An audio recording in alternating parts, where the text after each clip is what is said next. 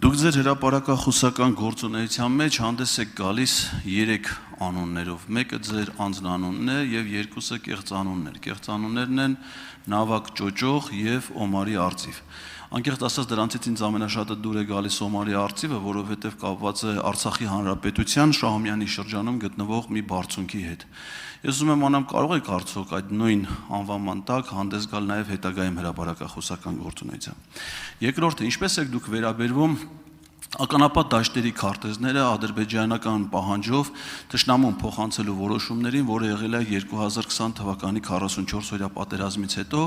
որովհետև դրանից հետո ադրբեջանցիներ էին պայթում այդ ականների վրա եւ դա էր պատճառը, որ Ադրբեջանը ստիպեց Հայաստանի իշխանություններին Տավուշից 4 գյուղեր եւ հարակից տարածքներ Ադրբեջանին հանձնելու, մեր սակրավորների կյանքի գնով վնասազերծել այդ տարածքները, նոր տարածքները հանձնել, այսինքն նրանք, ովքեր ցանկանում էին մեր սակրավորների մահը, մեր սակրավորներին մցրել էին ականապատ դաշտեր, թշնամու մահը չցանկանալու համար։ Ես ուզում եմ իմանալ ձեր վերաբերմունքը ռազմական բնույթի հուժ գաղտնի տեղեկությունները ժամանակին թշնամու փոխանցելու վերաբերյալ։ Եվ երրորդ հարցը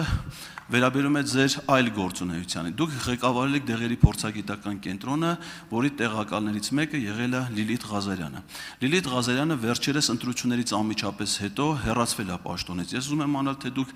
ինչ գնահատականներ ունեք Լիլիթ Ղազարյանի մասնագիտական կարողություններին եւ դուք անկեղծ ասած ես լսել եմ ձեր արդարամտության վերաբերյալ որոշ դատողություններ, ուզում եմ այդ տեսանկյունից լսել, թե ինչպես եք վերաբերվում ընտրություններից անմիջապես հետո միայն իմ քույրը լինելու հանգամանքով նրան պաշտոնից հեռացնելու փաստին։ Շնորհակալ եմ։ Շնորհակալություն հարցի համար, պարոն Ղազարյան,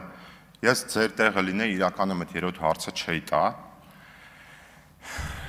որովհետև ես չեմ կարող լիարժեք հիմա անկեղծ պատասխանեմ այդ հարցին, որովհետև եթե ես լիարժեք այդ հարցին պատասխանեմ, ձեզ այդքան էլ դուր չեն գա որոշ առումով իմ որոշակի գնահատականները, այդ թվում նաև մասնագիտական առումով իմ պատկերացման շրջանակում, որով որ նաև տվյալ ոլորտը վերահսկող կառույցն է աշխատում, ես տենց բավականին սուր եւ խիստ գնահատականներ ունեմ ընդհանրապես այդ կառույցի գոյության եւ կառույցի գործառույթների մասով, ես այնուամենայնիվ Տիկին Ղազարյանին շատ հարգանքով եմ վերաբերվում, ինքը իմ տեղակալն է եղել, քանի որ դուք հարց տվեցիք ինչպես եք վերաբերվում նրան, թե աշխատանքից ազատվել է այս վերջերս, ես ձեզ ուղիղ ասում եմ, որ Տիկին Ղազարյանը պետք է աշխատանքից ազատվեր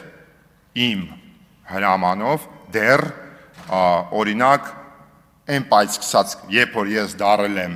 տվյալ հիմնարկի ղեկավար կամ գոնե 2021 թվականի ընտրություններից, եթե չեմ սխալվում, հունիսի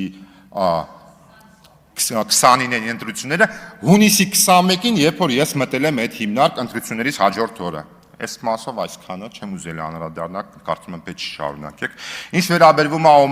Օմարի Արծվին, երբ որ ես ինձ Օմարի Արծիվ էի կոչում, ես ծառայում էի, ինչպես գիտեք, Քելբաջարի կամ Քարվաճարի, ոնց հարմար է իրականում թողա անվանի, ես իմ պատկերացումը ունեմ դրա վերաբերյալ, երբ որ ինձ տենց էի կոչում, իրականում ես չեմ համարում, որ ես Օմարի Արծիվ եմ եղել, ես այնուամենայնիվ ծառայելով հանդերձ որոշակի գրառումներ էի անում մեկու մեջ եւ ես կարծում էի, այդ թվում նաեւ որոշակի զինծառայողների կողմից թույլտվություն ունեի այդպես ստորագրելու իմ գրառումները, որտեղ ես իրենց ձայն էի որոշակի առումով բարձրաձայնում եւ իրենց էի ներկայացնում, որտեղ ես ինչ չեմ կարող կոչել Օմարի Արծիվ որպես այդպեսին, որտեղ այնքան մարտական հենակե ժամանակահատվածում եւ այն պայմաններում, որոնք որ ծառայել են մեր զինվորները, ես մարտական հենակետերում այդքան ժամանակ չեմ անցկացրել, այնուամենայնիվ որքան մեծ ցանկություն եմ ունեցել օրենքը արգելում էր որոշակի առումով։ Եվ երրորդ հարցը, ինչ վերաբերվում է ականապատ քարտեզների, պարոն Ղազարյան, ես ձեզ սենց ասեմ, ես չեմ կարծում, որ կա մի այնպիսի հարց, երբ որ այդ հարցի հիմքում ընկած են մարդկային կյանքեր, կա ինչ-որ մի տենց բան, որը որ չի կարելի քննարկել կամ դա համարել այդ մարդկային կյանքից ավելի թանկ։ Ես թվում է դուք շատ լավ գիտեք այդ քարտեզների պատմությունը, ինչի շրջանակում է եղել, ինչու է, ու իհարկե ոչ ձեր ձևակերպումներով ավարտում են որոշումներ կայացվել, որովհետև ի վերջո դուք բոլորը գիտեք եւ դուք բոլորը դա բարձրաձայնում եք եւ դեռ բարձրաձայնելու ենք, որ Բաքվում կան հայեր, որոնք որ գտնվում են բանտերում եւ յուրահատուկ պայմաններում եւ իրավիճակում։ Արձագանք։ Քանի որ պատասխանները ընդհանուր առմամբ իրանց մեջ լրջություն ու բովանդակային իմաստով չէին պարունակում, դրանց չեմ ուզում անդրադառնալ, միայն ձեր ուշադրությանը ուզում եմ հրավիրել այն փաստի վրա, պարոն Գաբրելյան, որ ձեր տեխնացիան քննարկումը գնում է ինձնից աջ կողմից գրեթե կիսադատարկ դահլիճում, ես հաշվեցի մոտարապես 38 դատարկ աթոռ ձեր խմբակցության падգամավորների, այդ թվում այն հանձնաժողովի նախկին ղեկավարի, որին դուք հիմա հավակնում եք, եւ այդ հանձնաժողովում ձեզ հետ միասին հավակնորդի բացակայության։ Ես կարծում եմ, որ ձեր հետագա ելույթում դուք առավելապես ապավինեք այլ խմբակցությունների падգամավորների աջակցությանը, որովհետեւ ոնց որ հասկանում եմ, ձեր թիմի ներսում ձեր նկատմամբ վերաբերմունքը այդքան դրական չի, ինչպես նաեւ նախագահողի, որովհետեւ նախագահողի պարագայում կարծում եմ, որ падգամավորները ավելի կարևոր գործ չպետք է ունենան, քան ազգային ժողովի նիստերին մասնակցելը։ Շնորհակալ եմ։ Համեցեք։ Շնորհակալություն, պարոն Ղազարյան։